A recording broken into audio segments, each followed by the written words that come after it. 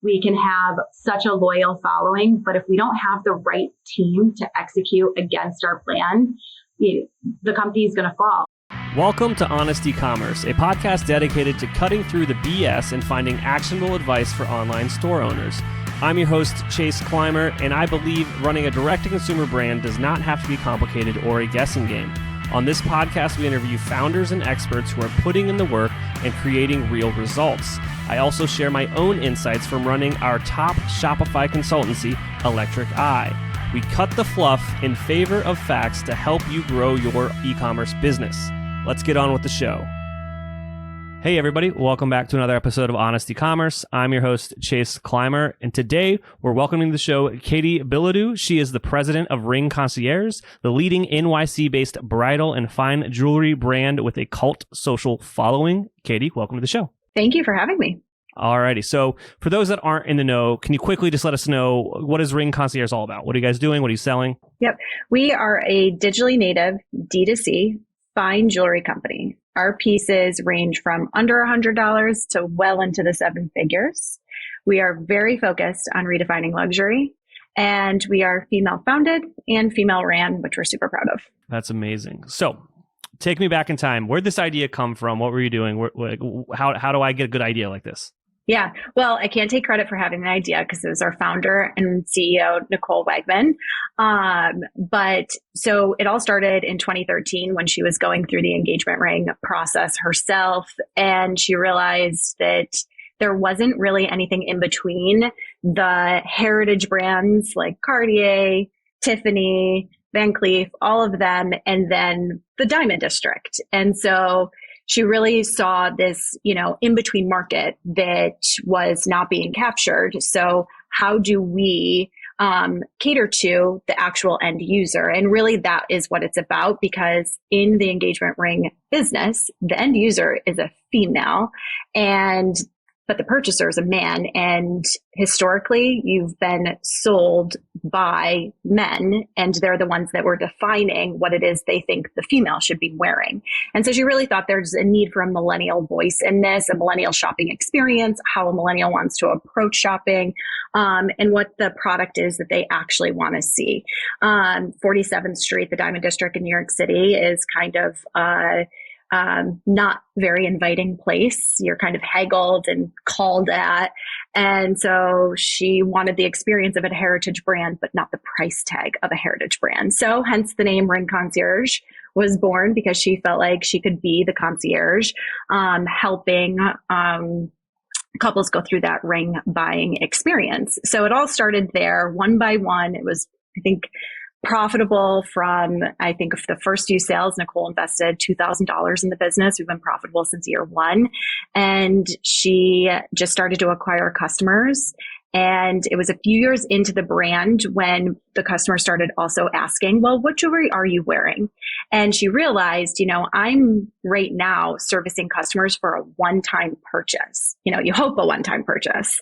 And so she realized, I need to keep these customers. What's their lifetime value? And there's more in the jewelry space that I can do. And that's when she launched the e-commerce company. Okay, so at first, I just want to make sure I heard you correctly. This was a one-on-one service business. Yes. And she launched this, and she was getting real-time feedback from the customers, who were these young couples, about the ring buying experience. And that led, then knowing, obviously, increasing LTV is what you want to do with all of your customers. That led into building up the direct-to-consumer business? Exactly. So, it really happened organically. It was seeing a void in the market for how to shop for engagement rings, and then understanding what the customer's needs were organically by just servicing them one-on-one and building from there. Oh, that's amazing. So obviously the validation just happened naturally through the progression of the business. So let's talk about, would we call that Ring Concierge 2.0 when you guys launched the e-commerce business? How'd that all take off? And is that when you start to enter the picture? Yep. So, fair. Ring Concierge 2.0. We're probably at Ring Concierge 5.0 at this point. Okay. But I think that Yes, I would definitely say that's when Nicole launched the e-commerce business. She had other brands on the site, so she was selling other designers. And it was around 2017 or beginning of 2018 that she started to hire her first employee. And at that time, I worked in the finance business. I was in the finance industry. I was in HR. And she had asked me for help. What do I do here? How do I hire somebody? What does this look like? That's not my expertise. And so since Nicole was hiring her first employee, I've consulted with her. And so I saw the brand grow since that first person. And I left the finance industry because I realized, that's not really where I wanted my future to be. And I came on to consult with her as she started to grow her business, which was we were doubling revenue every single year. And so the need for growth in the team was exponential every year. And therefore, I was consulting at first, and it just started to build and build. And finally, it was 3 years ago, Nicole asked me to come on as president in my current role. Awesome. That's amazing. So you mentioned that when Nicole first launched the direct consumer side of things, it was obviously was she selling her own products and other people's products? Yeah. And so that was, at first, it was other brands that Nicole was selling. And we only have one other brand on the site currently, but we have since all developed our own brands, or our own products, sorry. And, we have hired a really, really great team from some leading key players to help us do that in the production and the product development design space. Absolutely. I already knew the answer before I asked it, just to be completely honest. But you gotta paint the picture and tell the story. Why did you guys develop your own products instead of having these other ones that were already made? It seems like a simple answer. Yeah. Well, because we felt like we knew the customer. Our company has grown through social media, and Nicole she's been a presence on our social media. We are a personality-led brand, and she is the figure and the voice of Ring Concierge. And so our customers and our followers feel very bought in to Nicole. And she's become a tastemaker. She's a trendsetter, and our customers really listen to what it is she wants and what it is she likes. And so we realize that we know our customers better than anybody else. And so we want to be servicing them, and we want to be developing pieces that we already know that they need and want. And so we really utilize social media for that. We still to this day pull them on, would you guys buy this product? If it were at this price point, would you be interested in it? As we're developing, we're constantly involving our community. So I think it was through the recognition of realizing, we're the ones holding the relationship with our customers. And so we really know them better than anybody else. Why wouldn't we want to provide them the product that we know that they want? Absolutely. Is there also any consideration with it? Obviously, I'm just assuming the margins are a little bit stronger with doing the product development in-house. Yeah, definitely. Yeah, definitely. I mean, for business growth, we're self-funded. We still this day, we're 10 years old. We have not taken any outside capital. That's something we're very proud of, and we don't have any plans to do so. We'd really like to not. And so, yeah, everything that we do, we have to be very conscious about the bottom line of the business. And so that was a big factor in it. Absolutely. All right. So let's go back to selling rings online. Now, how much, when we went direct consumer, how much of that was selling engagement rings, or is it more, I don't have an opposite to that. Just everyday rings, I guess, is what I'm going to say as a man. Fine jewelry, just everyday fine jewelry. Like all the jewelry I'm wearing is our everyday fine jewelry. Okay. So what was like the assortment? Were we still selling engagement rings on the online as well? Yeah. Yeah. So, to date, we've been in our e-commerce business has started to outpace we call it the bespoke side of the business. Our engagement ring side is called bespoke because every piece is custom and handmade right here in New York City for whatever the specific needs and wants of the client are. So our bespoke business and our fine jewelry business have been 50-50 split in terms of our revenue. Until the past, I think, year and a half or so, our fine jewelry has started to outpace that. it's just easier to scale it. It's not a hands-on, one-on-one experience. We have an entire Diamond specialist team that manage every relationship and creation of each ring. So it's just obviously easier to scale the e-commerce side. So it's starting to outpace the bespoke side of the business, but the bespoke side of the business is still a very meaningful part of our company. Absolutely. And now, with the direct consumer side of things and starting to get into that mass market, how did Nicole start to acquire customers outside of her social? Obviously, social media played in a big part of that, but like outside of her network. Can we talk about how she started to do that and how obviously it paid off in the long run? Yeah. So I think what's really fascinating is we didn't start investing money in our marketing efforts until I think it was around the end of 2019. And really in 2020, when the pandemic hit, was when we really bumped up how much we were spending on marketing. And when I say bumped up, it's such a nominal percent of money that we spend on marketing or have to date. This is the first year where it's becoming more of a meaningful part of our budget. But so before 2019, it was completely all organic and it was social driven. We weren't spending money on ads on social. It was really just followers, word of mouth, customers being happy. The client relationship is a really big piece of it, because that one-on-one experience you have, you're creating a complete relationship where we sell obviously a ton of jewelry online and our customers love us and feel really bought into the brand. But there's nothing like when they buy an engagement ring from us and create a relationship with one of our team members. So, and because that was such how the business started, those individuals, those private clients were our marketing strategy. They were then talking to everybody they knew saying, you have to talk to Ring Concierge because of the hand holding, the high end experience they were giving them, like you were at a heritage brand, but without the price tag. So up until around 2019, that was the strategy, is how do we just provide a fantastic service and then use social organically to get that customer acquisition. Then in 2020, we realized pandemic hit. A lot of jewelry brands couldn't be operational because they're brick and mortar, they're in person, they're retail. And we saw an opportunity to spend more meaningful money on ad spend because a lot of companies couldn't.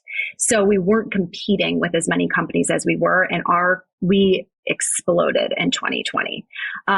When you thought, pandemic's happening, no one's going anywhere, why would you spend money on fine jewelry? Our customer was not bothered by that. They were sitting at home and we were just hitting them any way we could, and they were happily purchasing. Hey there, merchant. Are you tired of trying to navigate the wild world of e-commerce on your own? Are you looking for a partner to help you achieve your goals? Look no further than the Shopify Plus agency, Electric Eye. Our team has a proven track record of helping our clients make millions with strategic design and development. Whether you're migrating from a legacy platform to Shopify, designing a new theme for your store, or just looking to optimize what you already have, Electric Eye is the perfect partner for you. Electric Eye are true Shopify experts. Not only is our Shopify knowledge unparalleled, but we have partnerships with all the best tech in the Shopify ecosystem. And don't worry, we're easy to get a hold of. Our clients rave about our fast communication. So here's the deal. If you're an e-commerce business doing over $1 million a year, you can receive a complimentary Shopify diagnostic from our team of experts. That's free, personalized, strategic recommendations to improve your store and grow your business. To get started, head on over to electriceye.io/connect to schedule an intro call with one of our experts. That's electriceye.io/connect. Hey there, merchants. Are you struggling to get your Merchant Center ads approved but keep running into a price mismatching error? Wondering how your competitors are showing reviews, price, delivery, and product availability directly in search results? What if there was a way to get your ads approved for the first time and get more traffic without fighting for rankings? That's where JSON-LD for SEO comes in. It's an app that helps you get more organic traffic to your Shopify store, qualifying you for over a dozen search enhancements, and provides all the structured data you need for Merchant Center. JSON-LD for SEO automatically adds the structured data needed, and it's updated regularly as the rules change by Google. It's a hands-off SEO app that you don't need to monkey around with to get working. It's the safest, easiest, and most effective way to stand out from your competitors in search results. Contact us to get your free structured data audit for your store. Find JSON-LD for SEO in the Shopify App Store to get started. That's JSONLD for SEO, or go to JSONLD.app, JSONLD.app. Hey everybody, Chase here to talk about an amazing new product that's hitting the market. So, what do brands like Warby Parker, Dr. Squatch, Vital Proteins, and Blendjet all have in common?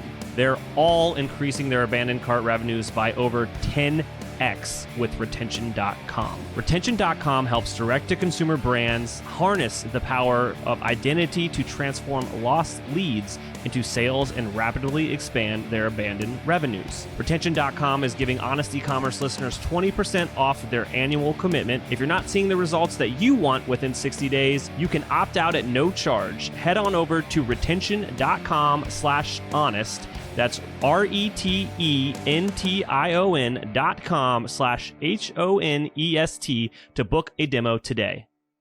Investing in kind of that word of mouth marketing strategy, did you ever incentivize your customers to share the word about you? Yeah, we have a loyalty program that is honestly, something that we're working on right now, making it a little bit more robust, but we haven't had to do referral or incentivize them in that way yet. Awesome. With the bespoke side of the business, what's kind of the ideal customer profile look like for you? If someone's listening to this podcast and they want to reach out, like what should they be thinking? Yeah, great question.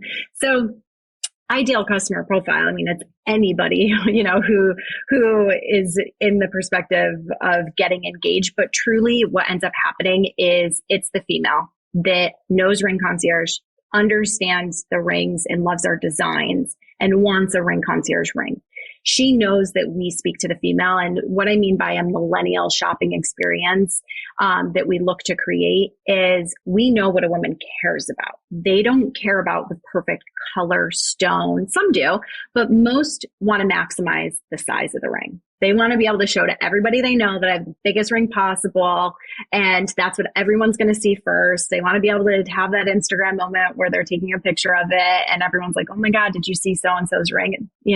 That's what they want. That's what the female shopper wants.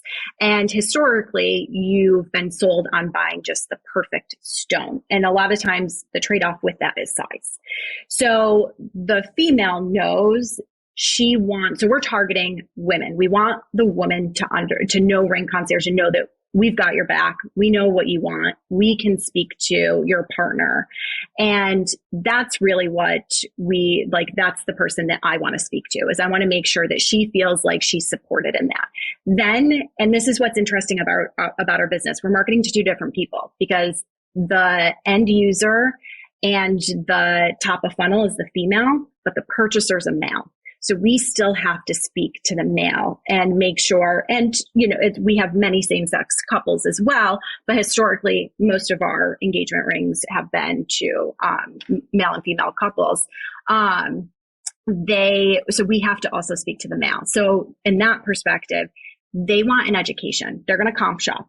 They do not just go to one retailer. They want to comp shop. They want to understand, why are you priced this way? What's the benefit? What does this mean? And so that's where our diamond sales team, they have to be experts.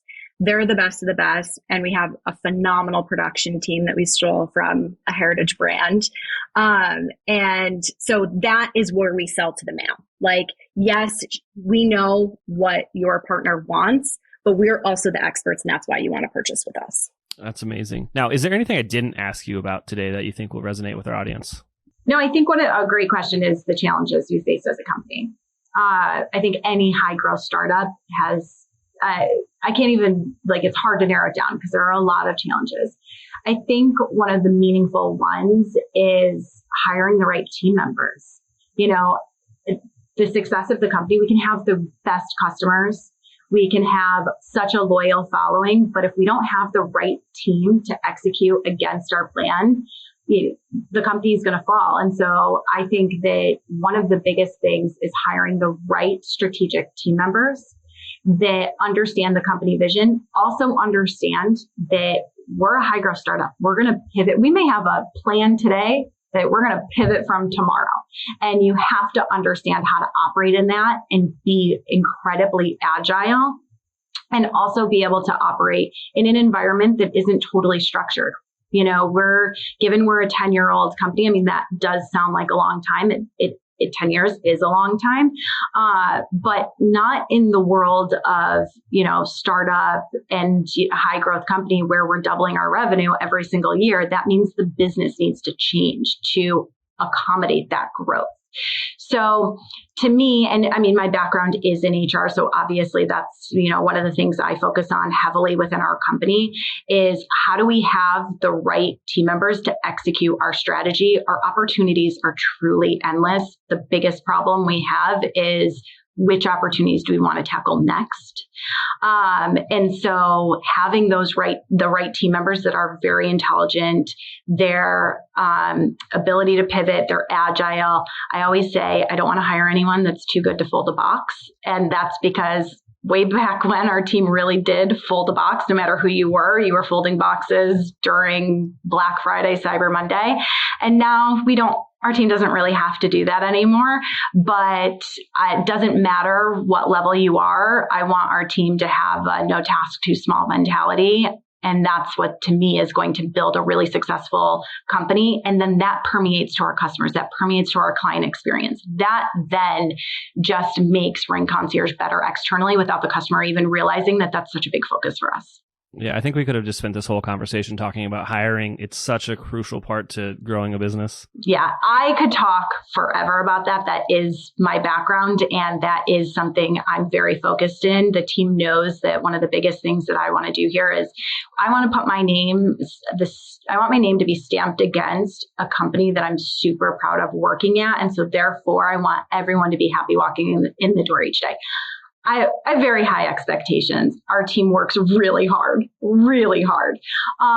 and they work long hours. But to me, the biggest thing that makes me feel that I'm doing my job and I'm doing it well is creating a company that, even with high expectations and high standards and, working long hours, that you're really happy walking in the door each day, that you feel supported. And so to me, that's something that I focus on really heavily. Awesome. Now, if I'm listening and I want to support your hardworking team, I want to pick up some fine jewelry, where do I go? What do I do? Great question. Ring Concierge, at Ring Concierge for Instagram, ringconcierge.com online for our e-commerce store. And then we have 2 retail locations in New York City on Bleecker Street and Madison Ave. Awesome. Katie, thank you so much for coming on the show today. Thank you for having me. We can't thank our guests enough for coming on the show and sharing their knowledge and journey with us. We've got a lot to think about and potentially add into our own businesses. You can find all the links in the show notes. You can subscribe to the newsletter at honestecommerce.co to get each episode delivered right into your inbox. If you're enjoying this content, consider leaving a review on iTunes. That really helps us out. Lastly, if you're a store owner looking for an amazing partner to help you get your Shopify store to the next level, reach out to Electric Eye at electriceye.io/connect. Until next time.